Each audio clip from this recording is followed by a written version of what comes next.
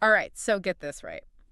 We're diving into some seriously spicy social media comments today. Oh boy, here we go. Yeah, you guys sent in a ton of comments about, well, it's about a recent UN speech Okay. by Benjamin Netanyahu. Oh, right. Yeah, the Israeli prime No, minister. exactly. And let me tell you, people had some strong opinions on this one. Strong I opinion. bet it's a bit of a hot topic. It is. Photos from the UN, they show a sea of empty seats.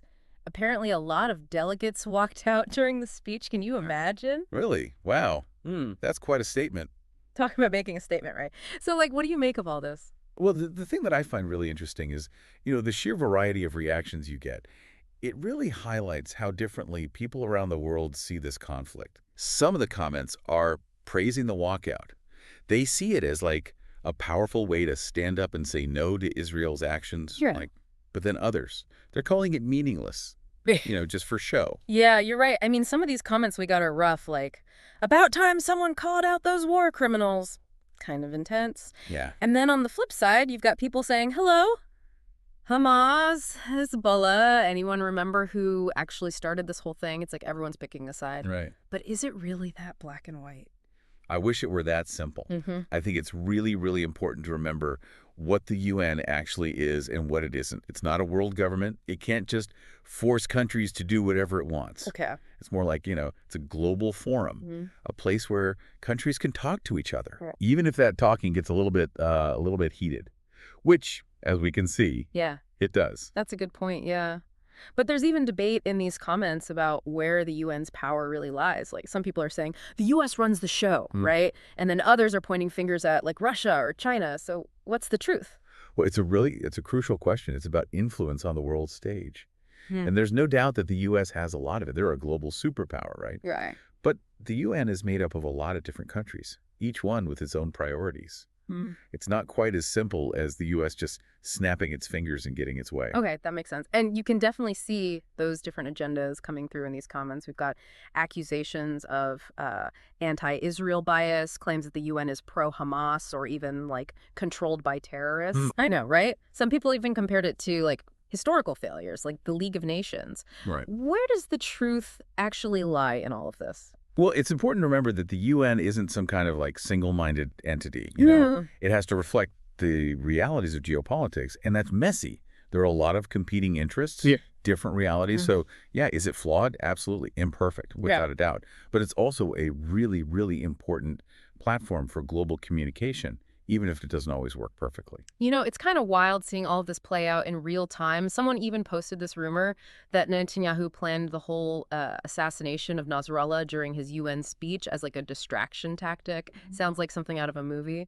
It really does, doesn't it? It just shows you the level of like mistrust and suspicion surrounding this whole situation. It's like there's this other war happening alongside the actual conflict, this information war, and everyone's trying to control the narrative. Speaking of narratives, you've got to see some of these arguments about the media coverage. People are calling out certain news outlets, even entire subreddits, for being biased, accusing others of being like bot-controlled echo chambers. I mean, how can anyone even know what's real anymore? It's a real challenge, no doubt. We are bombarded with information constantly from every direction, and it's often filtered through our own biases, which makes it even harder to separate fact from fiction.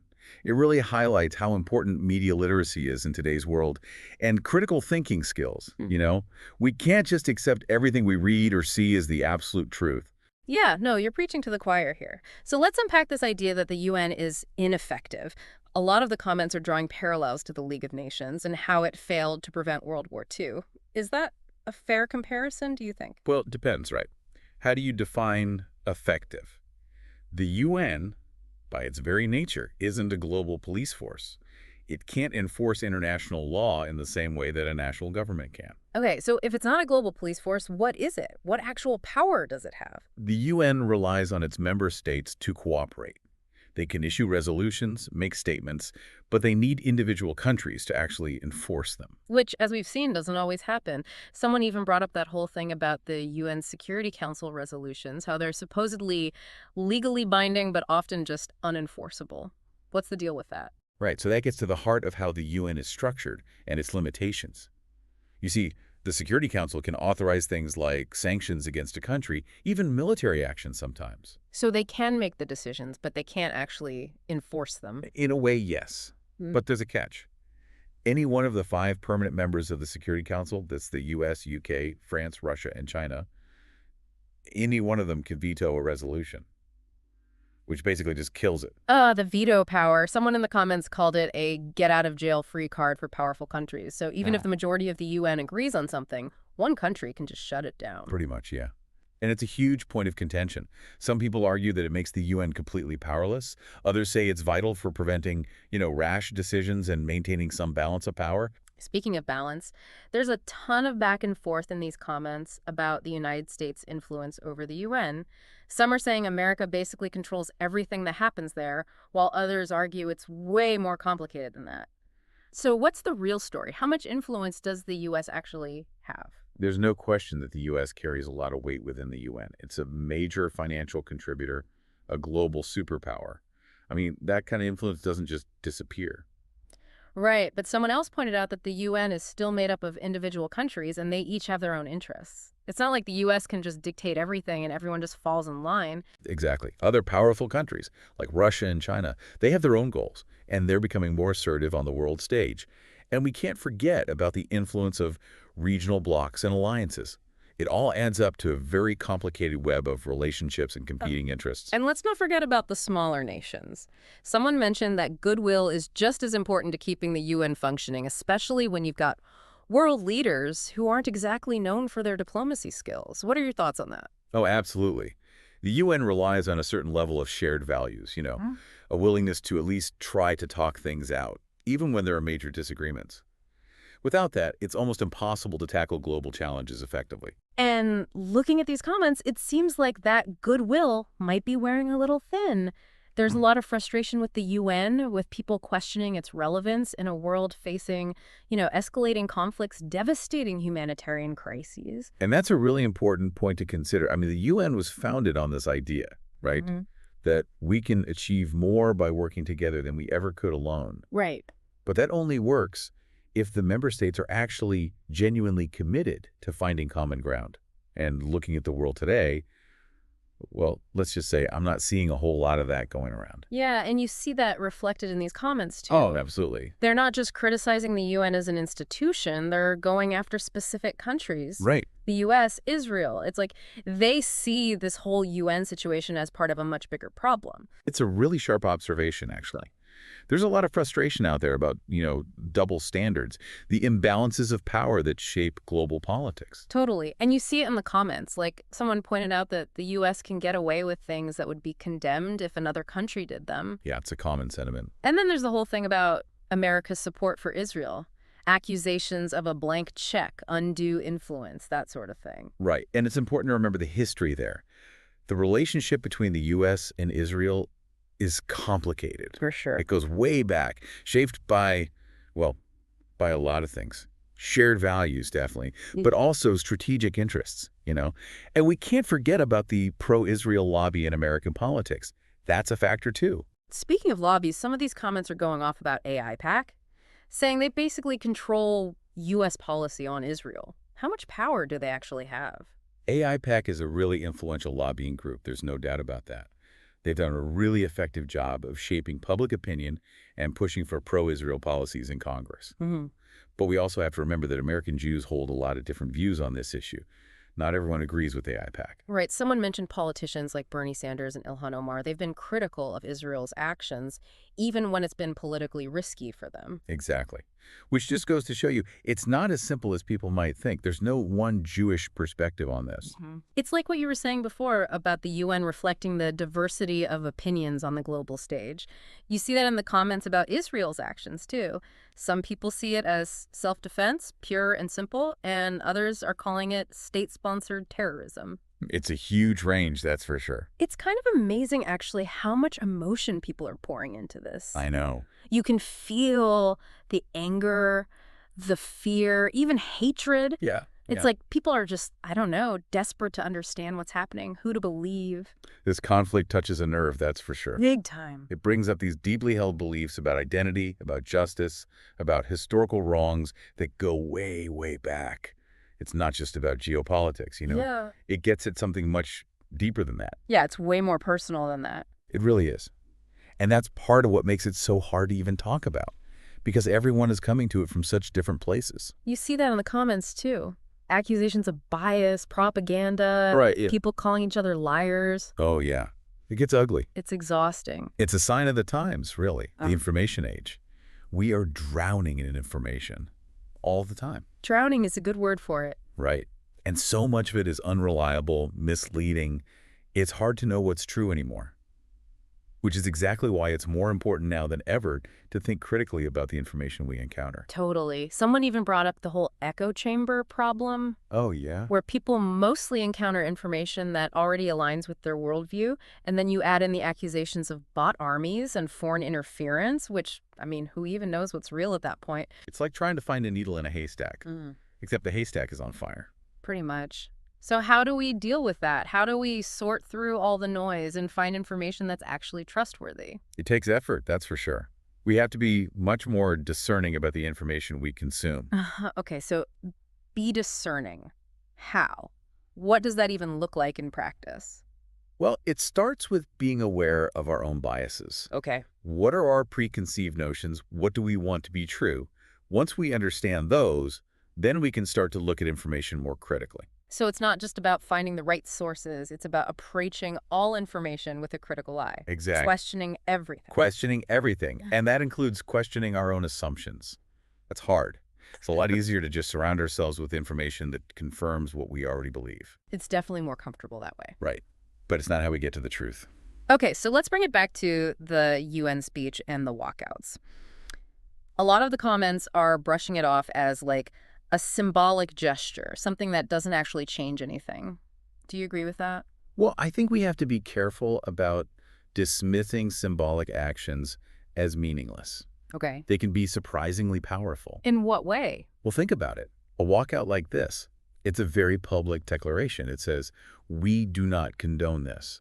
And that can have ripple effects. It can get people talking, it can put pressure on governments, and sometimes it can even shift the entire conversation. So even if it doesn't directly lead to like policy changes or whatever, it can still have an impact. Exactly. It's a way for countries, for people, to show where they stand, to express solidarity.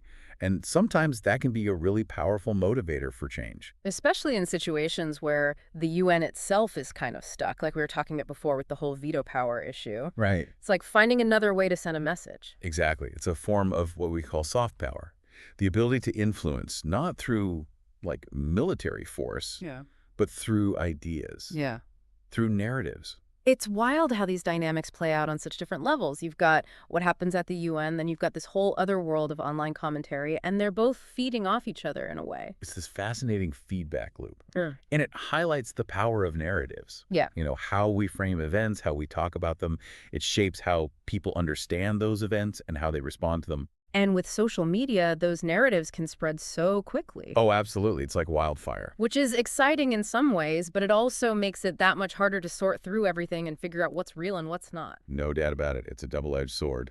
But it's the world we live in, and we have to adapt. We have to become more savvy consumers of information, more discerning. So how do we do that? How do we become more discerning in a world where everyone seems to have an agenda and information is constantly being weaponized? Well, it's not easy, that's for sure. Huh? But it starts with being aware of those agendas, recognizing that information is often used as a weapon. And then we have to be willing to do the work of verifying information, of seeking out multiple perspectives, of questioning everything, even and maybe especially the things we want to be true. It's almost like we have to become detectives in a way, investigating the information we encounter rather than just accepting it at face value. That's a great way to put it. We have to be skeptical without being cynical. We have to be critical thinkers without becoming completely jaded. It's a delicate balance. One thing that really jumped out at me in these comments is the sheer level of distrust in traditional media sources. Yeah, it's hard to ignore. People are calling out specific news outlets for being biased. Some are even accusing them of being mouthpieces for governments or special interest groups. It's a trend we've been seeing for a while now, this erosion of trust in institutions. And the media is definitely not immune to it. And honestly, it's not that surprising when you think about it. We live in a world saturated with information, a lot of it contradictory, and it can feel impossible to know who to believe. Right. It's like, how can you even tell what's objective reporting anymore versus what's being pushed by some hidden agenda? It's tough. And it's made even tougher by the fact that everyone has their own biases, Mm-hmm. journalists included. So it's not enough to just find sources that align with our own worldview. We have to be willing to engage with a variety of perspectives, even the ones that make us uncomfortable. Someone even commented that every major subreddit is astroturfed, Wow. which is a pretty bleak outlook if you think about it. Like, there's no escaping the spin. It can feel that way sometimes.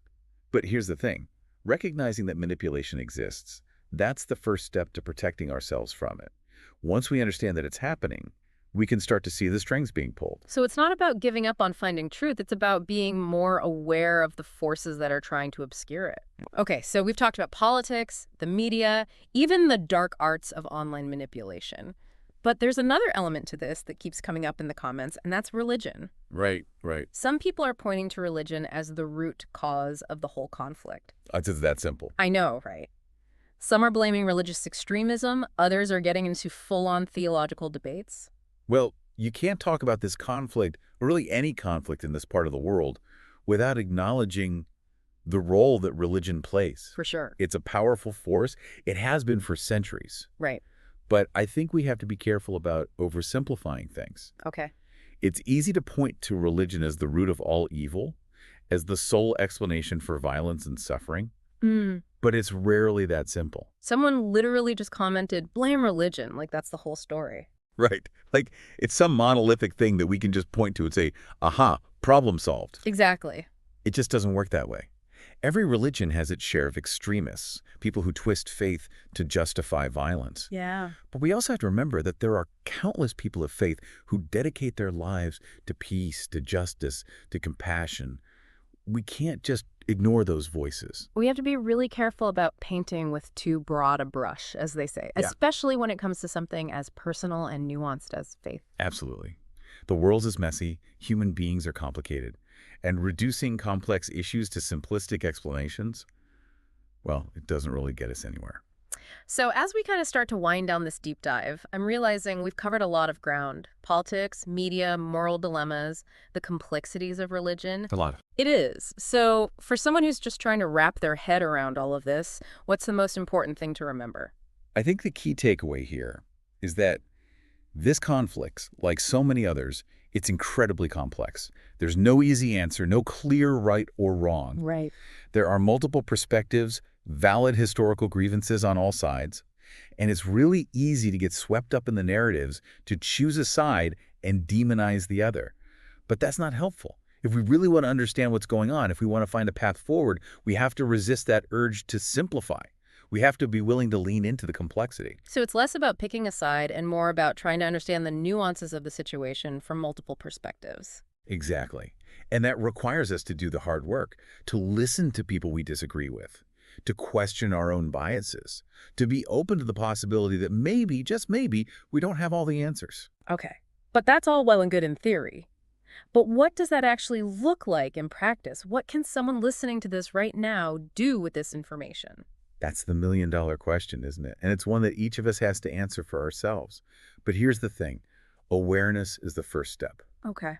Once we start to see the world with clear eyes, once we understand the complexities, then we can start to make more informed choices about how we engage with it. So it's not just about being informed, it's about using that information to guide our actions. Exactly. Are there any practical steps you would recommend? Well, there are a lot of different ways to make a difference.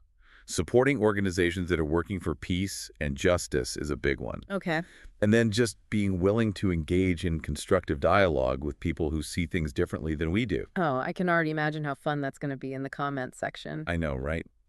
But it's important. We have to find ways to bridge these divides, to have these difficult conversations without resorting to, name-calling and insults. I feel like that's a whole other deep dive. Huh. It really is. Yeah. But we can do it. We have to. Okay, so constructive dialogue. What else? Well, advocating for more responsible media coverage is huge. Supporting journalists and news organizations that are committed to accuracy, to fairness, to giving voice to a diversity of perspectives. And holding our elected officials accountable for the choices they make. It's, Making sure that our voices are heard. it's so easy to feel powerless in the face of these overwhelming global challenges. But we're not powerless. Our voices matter. Our actions matter. Even small acts of courage, of compassion, of speaking truth to power, they can have a ripple effect. It's about changing the conversation, shifting the narrative one interaction at a time. Exactly. And that starts with each of us choosing to show up with open minds and open hearts. Couldn't have said it better myself. It's a tall order, for sure. It is. But I think it's a challenge worth embracing. I agree. Okay, so before we move on to the final part of this deep dive, I wanted to take a moment to highlight a few of the comments that really stood out to me. Oh, yeah. Let's hear them. Okay, so this one really resonated. It says, "I'm just bewildered by how many people have memory hold Iraq." Oof. Yeah, that's a gut punch. Right. It speaks to something we've been talking about, how selective memory can be, how easy it is to lose sight of the bigger picture when we're caught up in the emotions of the moment. It happens all the time, unfortunately. We latch onto narratives that confirm our worldview, and we ignore everything else, even, or maybe especially, when it comes to history. And then there's this other comment that I thought was really insightful. They compared this whole situation to that meme, the one, our blessed homeland versus their barbarous wastes. Oh, yeah, I've seen that one. It's like people are hardwired to simplify complex realities, to boil everything down to good versus evil, us versus them. It's so much easier that way, isn't it? To see the world in black and white, to believe that our side is righteous and the other side is irredeemably evil. But the world just doesn't work that way. And clinging to those simplistic narratives, it prevents us from seeing the humanity in each other. Which brings us to another point of contention in the comments. The use of the word genocide. Right. It's a heavy word, obviously. He doesn't even begin to cover it. Right, and you see it being thrown around pretty casually in some of these comments. So I'm curious to get your take on this. When is it appropriate, if ever, to use that word? Genocide is a very specific legal term. Okay. And it comes with a really, really high burden of proof. I think it's dangerous, frankly, to use it lightly. We have to be mindful of the weight that word carries, the historical trauma it represents. Totally. But then you've got other comments pushing back against that, saying that even if what's happening doesn't technically meet the legal definition of genocide, that doesn't make it okay. Of course not. That the suffering of innocent people still matters, regardless of what we call it. And they're right. The situation is horrific.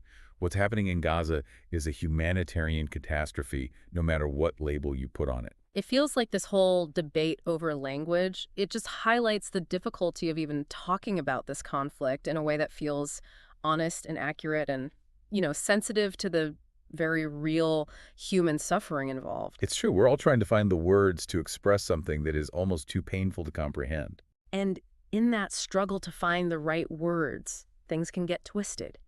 We see accusations of blood libel, attempts to shut down any criticism of Israel by calling it anti-Semitic. It's like people are using language as a weapon to silence dissenting voices. It's a way to control the narrative, to shut down debate before it even begins. And online spaces can be breeding grounds for that kind of toxic discourse, where it's all about scoring points and owning the libs. And Oh, absolutely. it's exhausting. It really is, which is why it's so important to be aware of those tactics, to recognize when language is being used to manipulate, to silence, to dehumanize. Someone even brought up the whole seat filler phenomenon at the UN. Oh, you mean? Apparently they use paid actors to make the audience for speeches look bigger, to give this illusion of widespread support. Really? They do that? Yeah, it's kind of an open secret. Wow. That's something. Yeah, I know, right? It's almost comical. Like, you can't even trust a photograph anymore. It does make you wonder what else we're being lied to about, doesn't it? For real. It's a good reminder to never take anything at face value. Always dig a little deeper. Always. It's interesting how these comments about the UN, they kind of tap into this bigger sense of anxiety about, global power. People are skeptical, like really skeptical, especially about the U.S. Accusations of hypocrisy are everywhere. Yeah, I can see that. It's a common thread, that feeling that some countries get to play by a different set of rules. Exactly. And then there are these comments comparing the UN to, like, the League of Nations, the whole those who cannot remember the past are condemned to repeat it thing. People see echoes of the past, wondering if we're headed down that same road toward another major conflict. Right, that sense of history repeating itself. Yeah. It's a powerful feeling, that kind of dread. And it makes sense. People look at the UN, they see the gridlock, the veto power, the inability to really enforce anything. It can feel like a very fragile system, especially when the stakes are so high. And there's that quote, I think it was Churchill, about democracy being the worst form of government except for all the others. Some people were applying that to the UN, basically saying it's flawed, but what's the alternative? Kind of a bleak outlook, but you can see where they're coming from. It's that mix of cynicism and realism that I keep coming back to. You see it in the debates about the UN Security Council, too. People say it's undemocratic, that a handful of countries have way too much power. But then on the flip side, you've got people saying, yeah, but without the veto, what's stopping things from getting even more chaotic? Like, everyone agrees the system needs work, but nobody can agree on how to fix it. It's the ultimate dilemma, isn't it? How do you balance national sovereignty with global cooperation? How do you create a system that's both effective and equitable? There are no easy answers. Nope, not a single one. Yeah. And it's interesting, that same tension plays out in how people are reacting to the walkout itself. Is it a powerful statement? Or is it meaningless? Some people see it as a brave act of defiance. Others see it as a photo op. It's fascinating how differently people interpret the same event. That's the thing about symbols. They're open to interpretation. And in a situation as emotionally charged as this one, those interpretations are bound to be all over the map. Absolutely. Okay, so let's bring this home for a minute. Why should someone listening to this right now, why should they care about what happens at the UN? What makes these online debates relevant to their everyday lives? Because the UN, for all its flaws, it represents this idea that we can tackle global problems together. That we're not just isolated nations, but part of a larger human community. And these online debates, they show us just how divided that community can be, how differently we see the world, and the challenges we face. It's easy to feel overwhelmed by it all, to tune it out and say, that's over there, it's got nothing to do with me. But the truth is, whether it's climate change or pandemics or armed conflict, these things don't respect borders. They affect all of us, directly or indirectly. And the way we respond to these challenges, whether we choose to face them together or retreat into our own corners, well, that's going to shape the kind of world we leave behind for future generations. That's a heavy thought. So if we agree that these issues do matter, that we have a stake in this, what can we do about it? What's the next step? That's the question, isn't it? And it's a question that each of us has to answer for ourselves. But I think it starts with awareness, understanding the complexities, the different perspectives, the historical context. From there, we can start to figure out where we stand, what values we prioritize, and how we want to engage with these issues. It's about being informed, yes, but it's also about being engaged, paying attention to what's happening in the world, educating ourselves, and then using that knowledge to guide our actions, even in small ways. Exactly. Because even small actions can have a ripple effect. A conversation with a friend, a post on social media, a donation to a worthy organization. It all adds up. It's about changing the conversation, shifting the narrative, one interaction at a time. It's about recognizing our own agency, our own power to make a difference in the world, even when it feels like everything is falling apart. So, as we wrap up this deep dive, let's remember that we might not have all the answers, but we can choose to be part of the solution. Thanks for joining us.